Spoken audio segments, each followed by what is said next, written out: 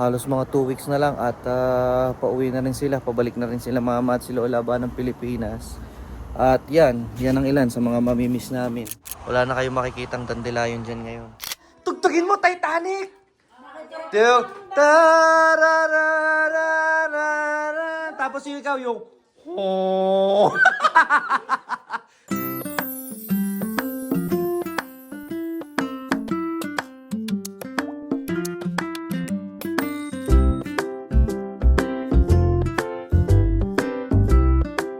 Bisi-bisihan na naman tayo ngayong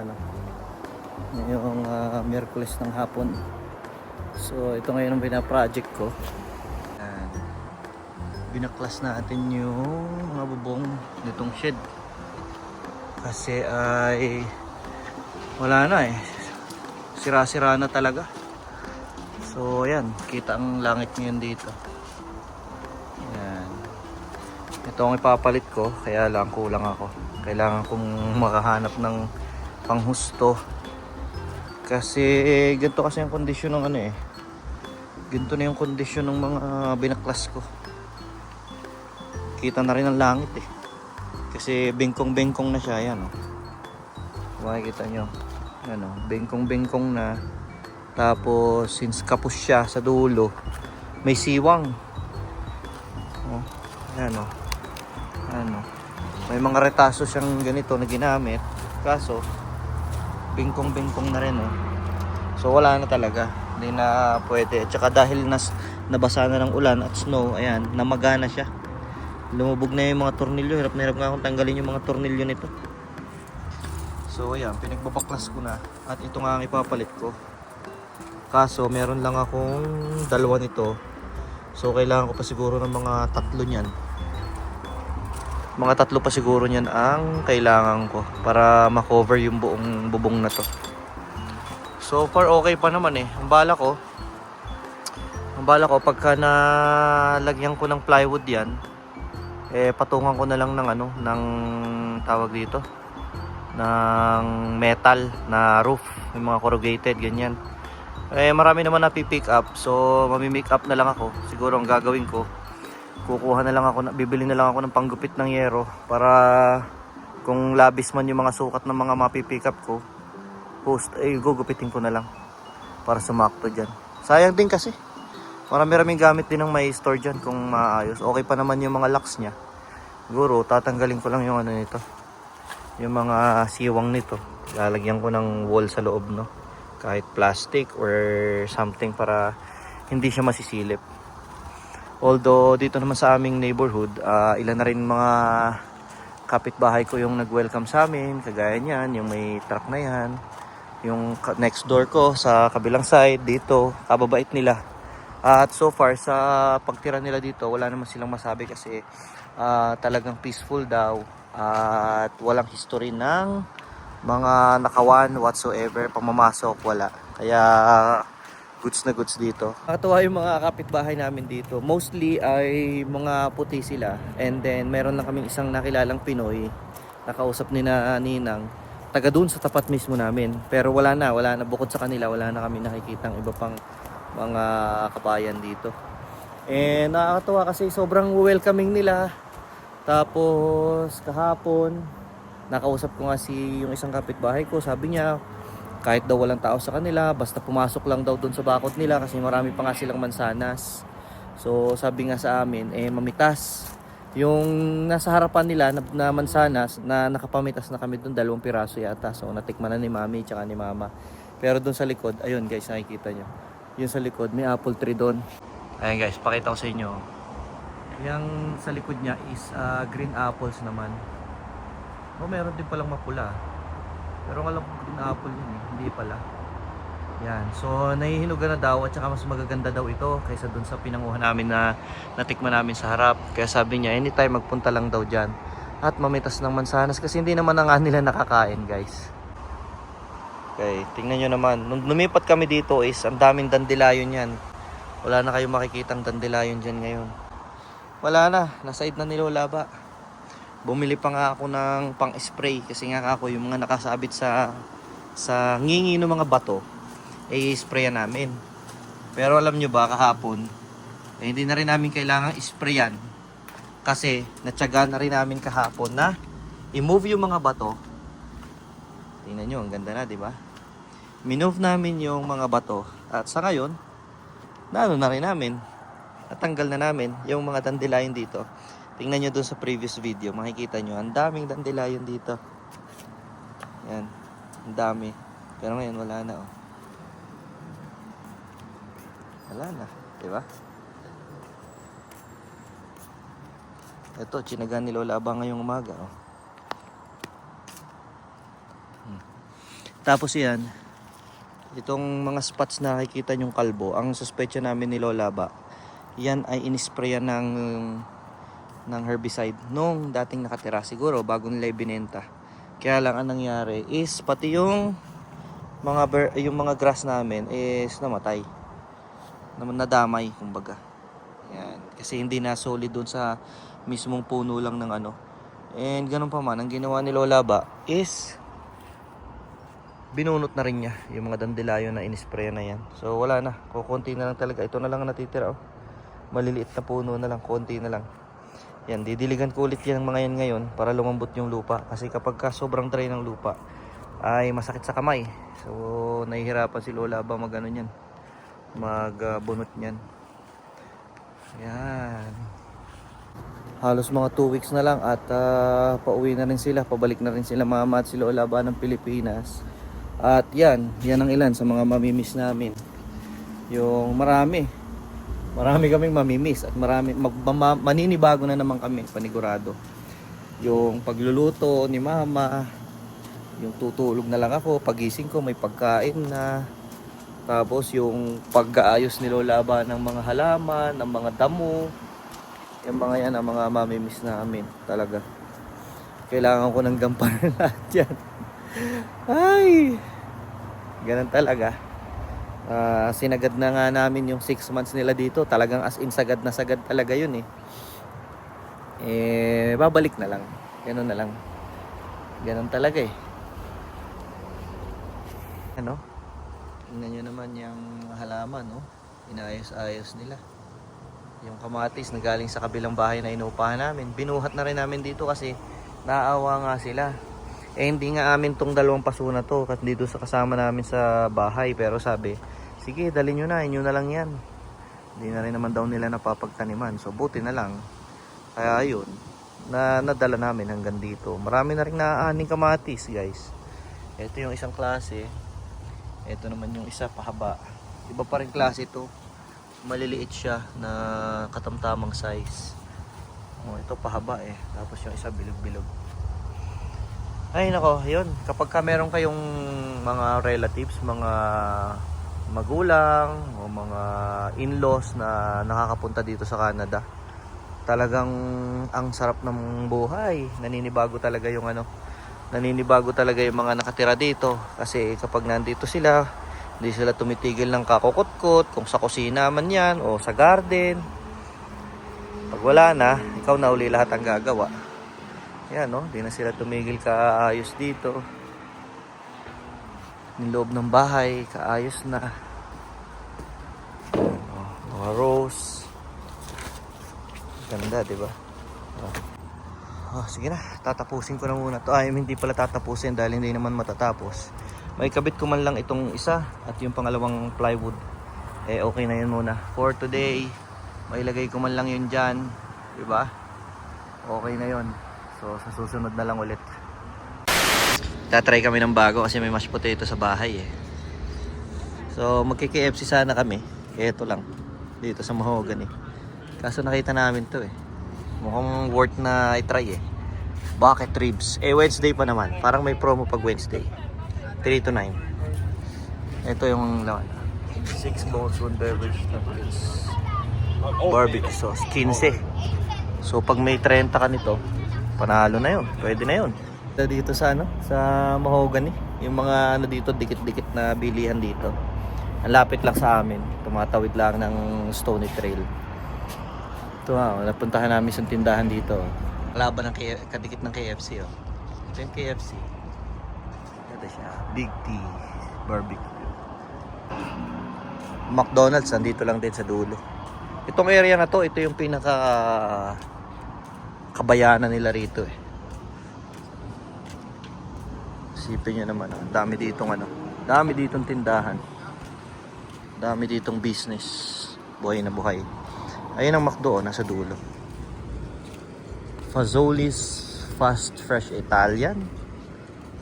Thai Express. So, lahat na ng bansa yata na pagkain meron dito eh. Red Wing. Dami. Yung pa isa, hindi ko mabasa. Dollarama. Andun lang masarap ang makainan, malaki And then dito sa likod nito, sa likod niyang Pet Value na yan, andyan lang halos yung daycare nila, mami. Dyan siya nag-work sa daycare na yan. Napakalapit lang sa bahay. Iyon Let's pray na, baby. In the name of the Father, and the Son, and the Spirit, amen. Bless us, O Lord, and bless our gift, for which we are about to receive for them and live to rest our life. Amen. Amen. Lord, Thank you, Lord. Di ba pumunta tayo sa Dapat, alam mo kung The next day. Sundo time tayo ngayon sa magkapatid. At eto, may bago na naman bit-bit na instrument si Kuya. What's that? Is that your saxophone now? binigyan ako ng nimission ng read. Nang? Read. Di ba dapat bibili natin yon? Yan, bibilin pa natin. So may free na? May free? May isang free. Ilan ba kailangan ganun? 10. Ang dami pala. Isang box na yun eh. You buy it per box. Alam mo na patunogin yan ngayon? No. Hindi ba? Experiment ko sa bahay. just new. Hindi ko pa nalalaro yan eh. Na ano ko lang. Yeah, Na- Kuya's in- just new. Don't expect him. Tawag sa ganun? No. Na Yun, nasundo na natin sila. It's fine when I also have to. May bago na namang instrument si Kuya. astig ka mo, daddy. Okay. Daddy. Ang astig ng itsura. Akalain mo Anong malaki kulay? yung brass and silver. Akalain mo malaki yung alto sax, di ba? Oh. It's small. Para malaki lang yung case niya pero maliit kang mahawakan. Pero mabigat. Mabigat-bigat.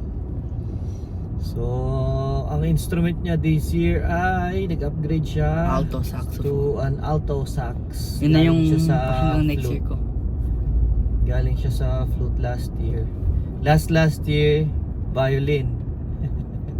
Kasi merong strings program yung school sa Saint Augustine. Tapos sa Saint Stephen nag-flute siya. Tapos ngayon naman ay naka alto sax naman siya. Tingin ko hindi na rin naman masyadong malaki yung pagbabago ng ng flute sa altos. Ay, ko lang. No. Wala. Iba. Wala Napakabigat. akong idea pala. Pero kasi naman ang flute pagka nagpe-play kayo, wala naman okay kasing Tunog. Kaya ayaw ko na marinig. Sobrang hina naman. Nadi careless whisper. Ha? Careless whisper. Huwag yun. Bad yun. Ayos yun. At least iba-iba na ang dami na niya natutugtog na 7 na. instrumento. Natatry, hindi naman tugtog. Natatry, oo. Puro basic. At least may basic knowledge. Daddy. Pag may nagustuhan talaga akong instrument, hindi doon ako mag-i-stick. Oo. Dapat i-master mo naman. Dapat meron ka namang mastery. Kahit isa.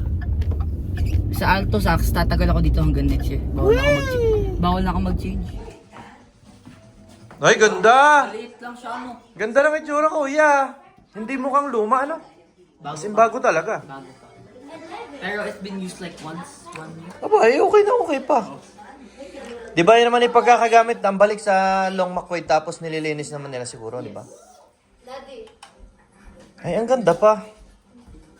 This is for Google. Tinuro sa inyo man lang ang pag-ano niyan? This is for Google Classroom. Yeah, I think mommy has Daddy, it ang laki, already. ang laki ko ka mo. No. I'm the only one with the alto sax. Oh? No. Kasi It's the only iba sent today. late. Mommy Oh. doesn't Oo, have kasi it. ako yung pinakaunang assign sa alto sax. Late lang, Mommy pero doesn't have it. wala ko. Tinuro ba sa inyo pag-assemble niyan?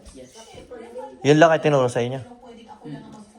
Ay, baka pagka natugtog kayo ng ganun. Ganun ka. Parang anak ni... Oh, ganun. Dapat ganun, nahiyad.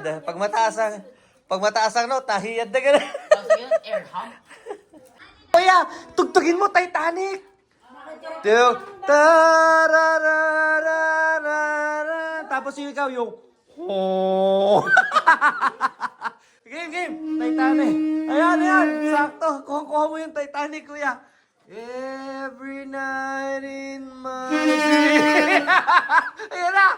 Dadaong number ko. Kuha mo Titanic, kuya. Friday ngayon at kagabi last day ko sa work. Diretso ako dito sa dati namin narentahan na basement after work para maglinis. So lahat kami pupunta dito. Kaya lang nauna na ako, dito na ako dumiretso kaysa lumigoy pa ako. Sila mami naman susunod dito. Kasi tulong-tulong kami sa paglilinis nito ngayon. Kasi nga ngayon yung araw namin maglinis kasi bukas ito turn over na namin, nasusuli na namin to, yung mga susi namin sa management. Kaya kailangan matapos na namin to, then yung lahat ng gamit namin na nasa garage kailangan malikom na namin, maiuwi na namin lahat dun sa aming bahay. So tara, tingnan nyo yung loob ng bahay. Ayan. So, ayan na yung bahay ngayon. Mga akong Tim Hortons para magkape kasi matinding laban na naman tayo ngayon. Marami tayong asikasuhin. At ito ang itsura ng bahay. Ito na lang ang natitirang mga gamit. Buksan natin lahat ng ilaw. Yan lang natitira naming gamit. Iniiwan ko lang talaga para meron kaming uupuan ngayon. Tapos, ayan ang mga lilinisin namin. Sobrang konti lang naman lilinisin. Tsaka tingnan nyo. Ito yung ginawa ng management, ito yung ginawa ng contractor.